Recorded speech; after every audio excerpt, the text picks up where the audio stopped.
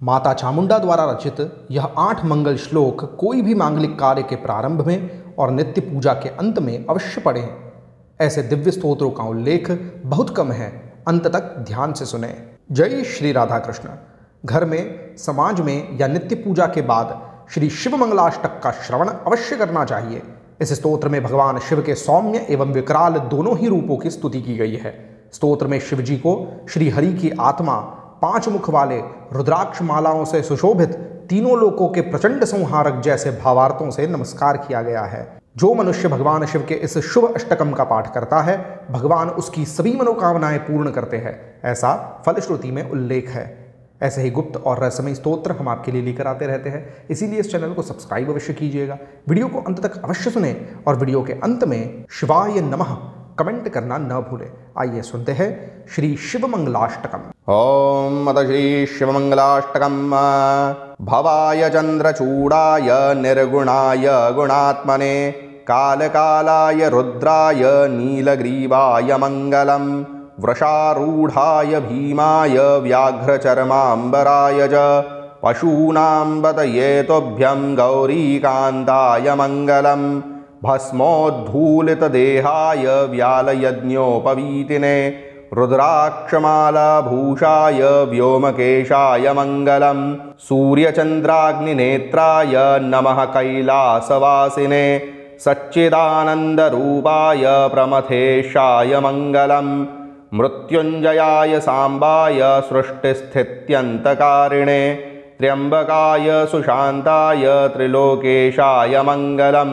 गंगाधराय सोमाय नमो हरिहरात्मने उग्राय त्रिपुरघ्नाय वामदेवाय मंगलम सद्योजाताय शरवाय भव्यज्ञानप्रदायिने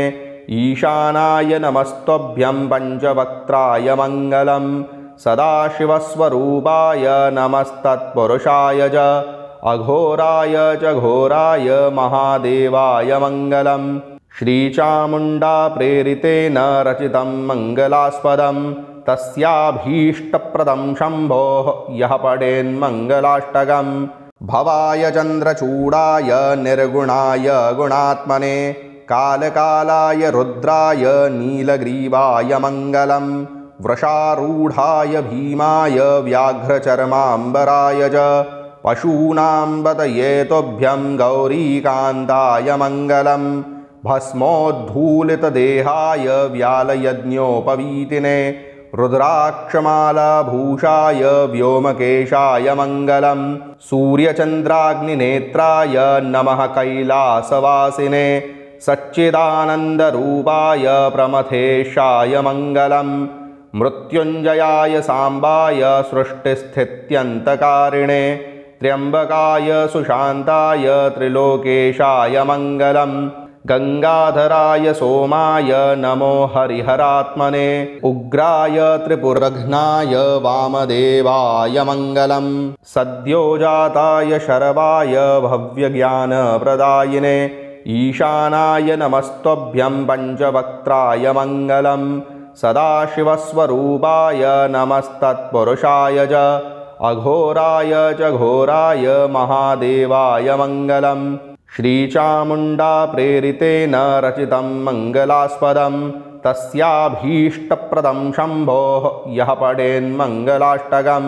भवाय चन्द्रचूडाय निर्गुणाय गुणात्मने कालकालाय रुद्राय नीलग्रीवाय मंगलम वृषारूढ़ाय भीमाय व्याघ्रचर्मांबराय च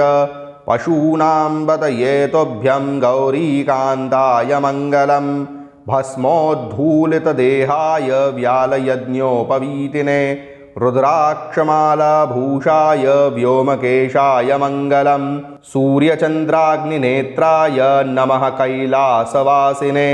सच्चिदानन्दरूपाय प्रमथेशाय मंगलम मृत्युंजयाय सांबाय सृष्टिस्थित्यन्तकारिणे त्र्यंबकाय सुशांताय त्रिलोकेशाय मंगलम गंगाधराय सोमाय नमो हरिहरात्मने उग्राय त्रिपुरघ्नाय वामदेवाय मंगलम सद्योजाताय शरवाय भव्यज्ञानप्रदायिने ईशानाय नमस्तुभ्यं पञ्चवक्त्राय मङ्गलं सदाशिवस्वरूपाय नमस्तत्पुरुषाय च अघोराय च घोराय महादेवाय मङ्गलं श्रीचामुण्डा प्रेरितेन रचितं मङ्गलास्पदं तस्याभीष्टप्रदं शम्भोः यः पठेन्मङ्गलाष्टकम् भवाय चन्द्रचूडाय निर्गुणाय गुणात्मने कालकालाय रुद्राय नीलग्रीवाय मङ्गलं वृषारूढाय भीमाय व्याघ्रचर्माम्बराय च पशूनां पतये तुभ्यं गौरीकान्ताय मङ्गलं भस्मोद्धूलितदेहाय व्यालयज्ञोपवीतिने रुद्राक्षमालाभूषाय व्योमकेशाय मङ्गलं सूर्यचन्द्राग्निनेत्राय नमः कैलासवासिने सच्चिदानन्दरूपाय प्रमथेशाय मङ्गलं मृत्युञ्जयाय साम्बाय सृष्टिस्थित्यन्तकारिणे त्र्यम्बकाय सुशान्ताय त्रिलोकेशाय मङ्गलं गंगाधराय सोमाय नमो हरिहरात्मने उग्राय त्रिपुरघ्नाय वामदेवाय मङ्गलं सद्योजाताय शरवाय भव्यज्ञानप्रदायिने ईशानाय नमस्तुभ्यं पञ्चवक्त्राय मङ्गलं सदाशिवस्वरूपाय नमस्तत्पुरुषाय च अघोराय च घोराय महादेवाय मङ्गलं श्रीचामुण्डा प्रेरितेन रचितं मङ्गलास्पदं तस्याभीष्टप्रदं शम्भोः यः पठेन्मङ्गलाष्टकं भवाय चन्द्रचूडाय निर्गुणाय गुणात्मने कालकालाय रुद्राय नीलग्रीवाय मङ्गलं वृषारूढाय भीमाय व्याघ्रचर्माम्बराय च पशूनां पतये तुभ्यं गौरीकान्ताय मङ्गलं भस्मोद्धूलितदेहाय व्यालयज्ञोपवीतिने रुद्राक्षमालाभूषाय व्योमकेशाय मङ्गलं सूर्यचन्द्राग्निनेत्राय नमः कैलासवासिने सच्चिदानन्दरूपाय प्रमथेशाय मङ्गलं मृत्युञ्जयाय साम्बाय सृष्टिस्थित्यन्तकारिणे त्र्यम्बकाय सुशान्ताय त्रिलोकेशाय मङ्गलं गंगाधराय सोमाय नमो हरिहरात्मने उग्राय त्रिपुरघ्नाय वामदेवाय मङ्गलं सद्योजाताय शरवाय भव्यज्ञानप्रदायिने